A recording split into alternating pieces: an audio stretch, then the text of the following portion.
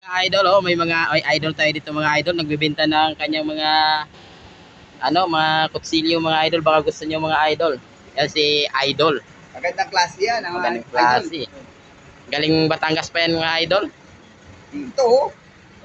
Ganda to. Yan. Matibay, idol. Presyong kaibigan lang mga idol. Napakatibay nito. Oh. Pangkarne. Oo, pangkarne, pangkahoy, kawayan, tambuko. Lahat na yan, gamit, tinan mo, kung gaano katibay. Idol, tinan mo, walang, ayan, tinan mo yun, walang bingaw. Oh. Oh, grabe. Di ba pala yun talaga idol? Nakita mo. Ano na yan, bakal na yan idol, yung talagang pinang ano dyan. Nakita mo yung tibay. Oh, ito pa isa. Oh. Bakal yan bakal. Oh, tinan mo, oh, walang bingaw. Oh. Oh. Grabe, tibay. Yan talaga, gawang Batangas yan idol. Oh, solid yan. Sulit.